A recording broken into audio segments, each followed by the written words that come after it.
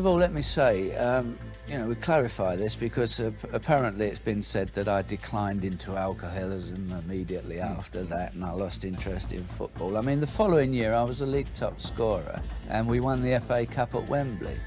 No one like him, that's what they all said.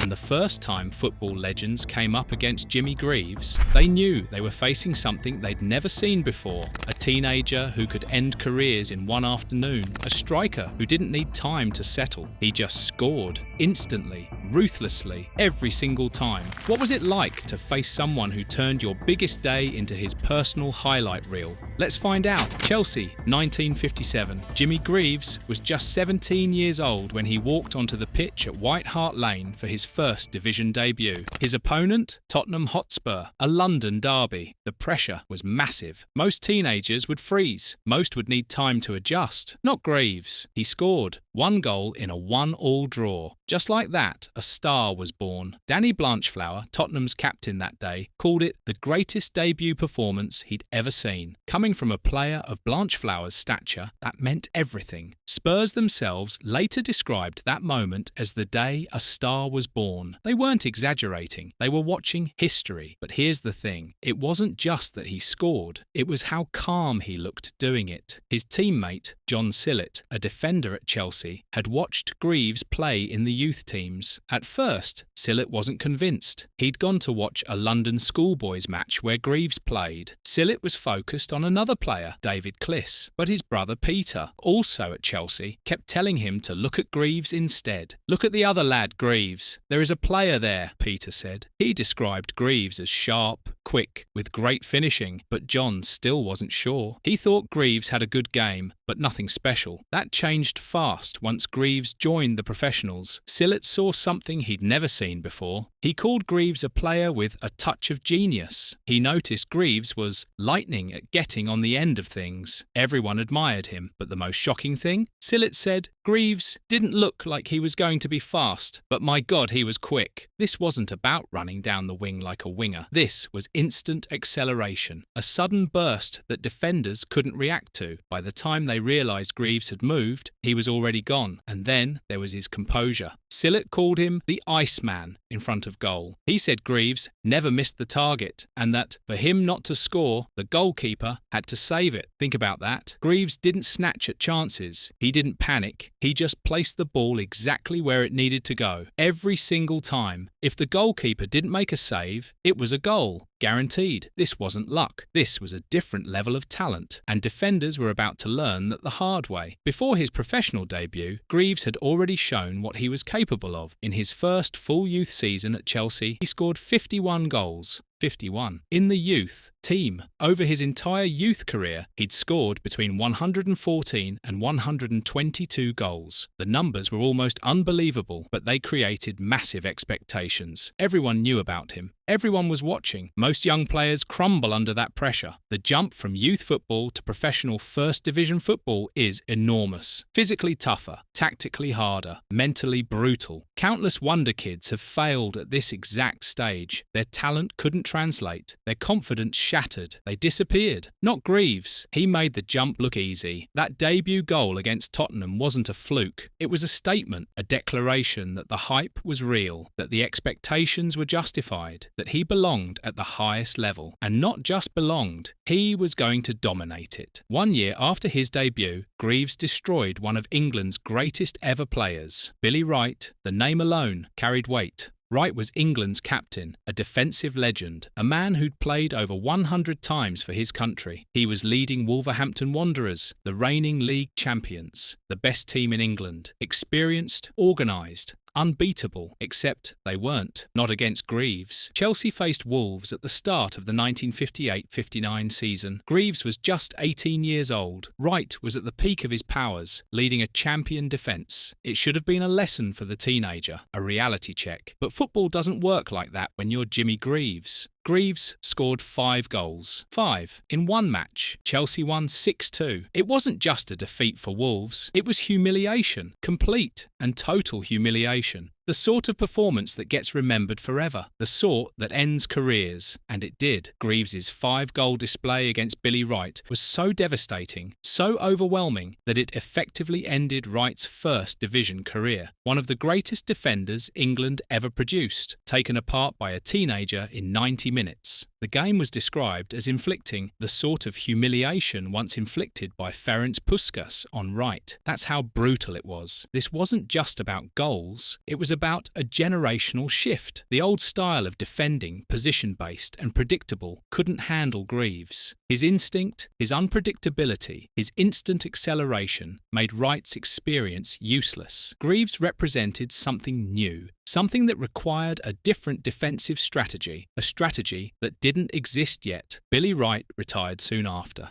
and everyone knew why. Greaves wasn't done shocking defenders. He took his talent to the international stage next, and the results? Exactly the same. Instant impact, instant goals, instant domination. John Giles, the legendary Irish midfielder, faced Greaves during international matches. Giles was tough, competitive, a winner. He didn't praise opponents lightly, but when he talked about Greaves, there was no hesitation. He called him a genius and probably the best striker I ever played against. But Giles didn't just focus on Greaves' feet, he focused on his mind. Giles said Greaves always gave the impression he didn't care that much and was totally relaxed. Other strikers would get anxious about scoring. They'd tense up. They'd snatch at chances. Not Greaves. He operated without any psychological burden, like a golfer who never tightens up on a putt. That calmness, that detachment, was the key to his genius. It allowed him to execute perfectly under the highest pressure, every single time. The Iceman reputation wasn't just a nickname, it was a tactical advantage. Pat Jennings, the Northern Ireland goalkeeper, learned this the hard way. Jennings was making his international debut for Northern Ireland, a huge moment in his career. He was facing England. The match was tight, 4-3 to England. But Jennings would never forget it, because Greaves scored a hat-trick against him. Years later, Jennings reflected on that day with a mix of resignation and respect. "That was my mate against me," he said. You see, Greaves and Jennings would later become teammates at Tottenham. They were friends, but on that day, friendship meant nothing. Greaves' goal-scoring instinct took over. Once triggered, it didn't care about relationships. It didn't care about emotions. It just scored. For opponents, facing Greaves often meant sacrificing personal milestones to his relentless drive to find the net. Then came Scotland.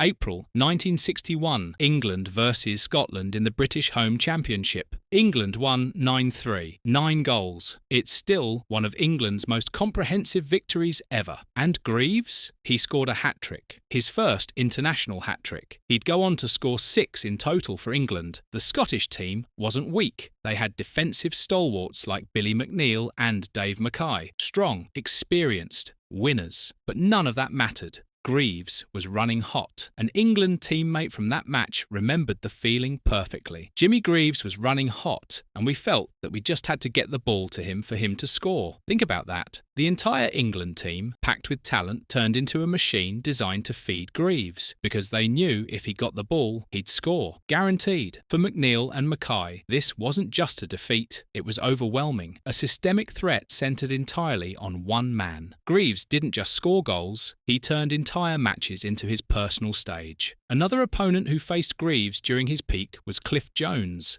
the Welsh winger. Jones was brilliant himself, fast, skillful, a genuine threat. But when he reflected on facing Greaves, there was only admiration and frustration. "He scored against us every time," Jones said. Every time. Wales couldn't stop him. Nobody could. Jones went further, calling Greaves the best goal scorer of all time. Coming from a player who'd faced the world's greatest strikers, that assessment carried enormous weight. In 1961, Greaves moved to Italy. AC Milan paid £80,000 for him, a massive fee. The move was supposed to be a dream. More money, European football, a new challenge. But it became a nightmare. Not because Greaves couldn't score. He could. He always could. But because of the culture. The Italian press were brutal. The manager, Nerio Rocco, was demanding and unforgiving. The tactics involved physical intimidation. Defenders spat on Greaves, kicked him, provoked him. In one match against Sampdoria, a defender spat on Greaves. Greaves lashed out. The resulting free kick led to Sampdoria's equaliser. Rocco blamed Greaves. Never mind that Greaves had scored Milan's opener and set up the second goal. That didn't matter. The blame was his. But here's the important part. Despite being miserable, despite the hostile environment, despite low morale, Greaves still scored 9 goals in just 10 to 14 appearances. He even scored in the Milan derby against Inter, one of the most intense matches in world football. The pressure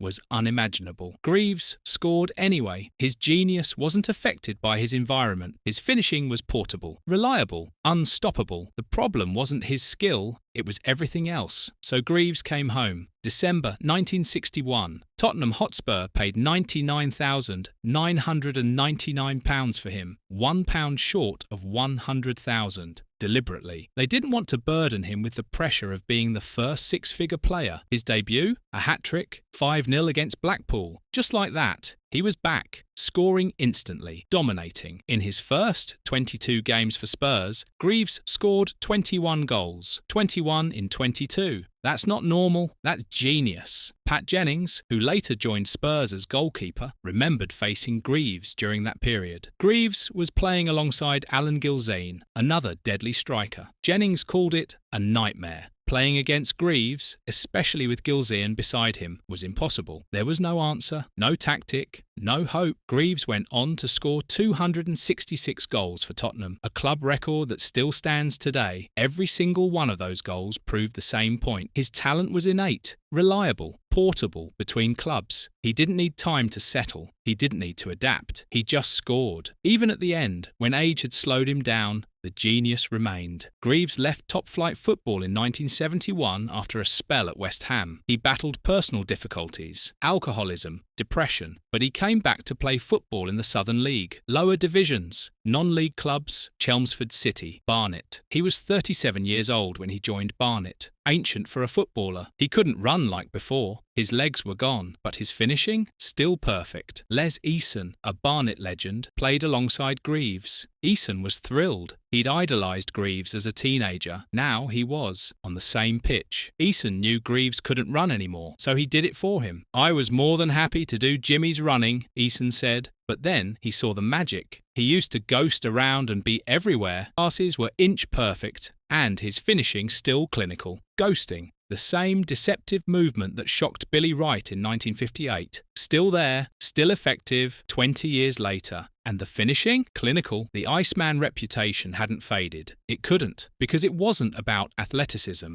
It was about instinct, about genius, about a gift that couldn't be taught or copied. Even at 37, even in non-league football, Greaves was still Greaves. So what made Jimmy Greaves different? What made him the player that legends still talk about today? 3 things. 3 traits that every single opponent noticed from their very first match against him. First, deceptive acceleration. He didn't look fast, but he was explosively fast. In the box, in tight spaces, he'd be gone before defenders realised he'd moved. John Sillett said it perfectly. He didn't look like he was going to be fast, but my God, he was quick. Second, ice-cold composure. No panic, no snatching, just calm, calculated finishing. For him not to score, the goalkeeper had to save it. John Giles recognised it too. Greaves operated without anxiety, without pressure. That mental detachment was his greatest weapon. Third, relentless efficiency. He didn't need a warm-up. He didn't need time to settle. He scored on his Chelsea debut, hat-trick on his Spurs debut, hat-trick against Pat Jennings in his first international meeting, 5 goals against Billy Wright. Every major debut, every big match, he delivered instantly. Jimmy Greaves wasn't just great, he was immediately great. From day one, from the very first whistle, opponents didn't get a grace period. They didn't get time to prepare. They just got destroyed. 357 goals in the English top flight, a record that still stands. 44 goals in 57 games for England, hat-tricks against the best defenders in the world, debuts that became legends. A talent so pure, so instinctual, that even in non-league football at 37, he could still ghost past defenders and finish clinically. Geoff Hurst, England's 1966 World Cup hero, summed it up perfectly. No one like him. He was right. There wasn't. There still isn't. And maybe there never will be again.